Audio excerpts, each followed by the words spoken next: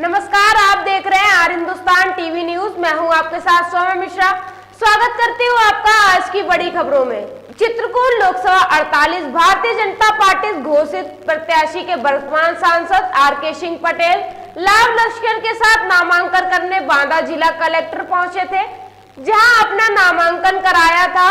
नामांकन के बाद पत्रकारों से बात करते हुए उन्होंने कहा है कि बाद में 400 पार का नरेंद्र मोदी के नेतृत्व में तीसरी बार सरकार बनेगी। वही बोला कि पीछे कार्यकाल में ये कोई गलती नहीं हुई है। मैं मीडिया के माध्यम से सभी कार्यकर्ताओं व जनताओं के पीछे जानता हूं। मैं माफी चाहता हूं कि किसी को अगर फोन में या किसी गलत बोला हूं या फिर किसी से कहने में पर चला गया हूं तो किसी बात को नहीं मानी, तो मैं सभी से माफी चाहता हूं और अपनी गलती और योगी मोदी की ना की जाए। इसमें साफ साफ जाहिर हो रहा है कि भाजपा प्रत्याशी आर.के. सिंह पटेल की हार का डर है। सामने सताने का नामांकन उन्होंने बाद उत्तर प्रदेश के उप मुख्यमंत्री ब्रजेश पाठक हेलीकॉप्टर के द्वारा पहुंचे, जहां सीबीआई ग्राउंड के नामांकन सभा को संबोधित किया और कहा है कि ये लड़ाई सिर्फ धर्म और अधर्म की नहीं है, बल्कि जिसमें सभी को लड़ना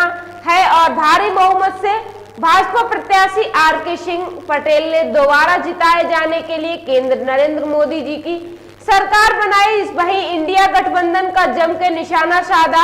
इस मौके पर सुरक्षा की दृष्टि से भारी संख्या में पुलिस बल तैनात रहा। जनमानस को मेरा प्रणाम है, सादर बंदन है, नमन है। और फिर से इस बार मोदी जी को 400 से ज़्यादा सीट करके आम जनमानस पूरे हिंदुस्तान का, पूरे देश का दे रहा है। उसमें से बांदा चित्रकूट की भी सीट से पिछली बार से 1.5 गुना वोट ज़्यादा मिल करके इस बार प्रचंड बहुमत के साथ लोग यहाँ से फिर से कमल खिलाने का काम कर रहे हैं। पिछली बार गठबंधन था, हाथी साइकिल एक साथ थे। इस बार सब अलग थलग पड़े हैं और फिर से यहाँ से 1.5 गुना वोट, पिछली बार से 1.5 गुना वोट और 1.5 गुना से ज्यादा पिछली बार की यहाँ से जीत होगी। भारत माता की जय। आपने माफी मांगी है लोगों से, ऐसा क्या वजह? मैं अपने कार्यकर्ताओं से माफी फिर मांगता हूँ, आपके माध्यम से भी कह रहा हूँ। वजह क्या? जिंदगी में आर.के. पटेल इंसान है। 30 साल से राजनीति कर रहा हूँ और जनता के बीच में सेवा कर रहा हूँ। मैंने कोई बुरा काम नहीं किया, किसी को लड़ाया नहीं, किसी का नुकसान नहीं किया, किसी को कहीं पर प्रताड़ित होने के लिए मैंने कोई ऐसा काम नहीं किया। लेकिन फोन में कार्यकर्ताओं को अगर लगा हो कहीं पर फोन करते समय, मैं भी इंसान हूं, कहीं भाषा में कोई मेरी किसी को लग गया हो कि आर.के. पटेल ने मेरा फोन नहीं उठाया है, आर.के. पटेल मेरे शादी में नहीं आया है, मेरे कार्यक्रम में नहीं पहुंचा, तो ऐसे सारे देवतुल कार्यकर्ताओं से मैं माफी चाहता हूं।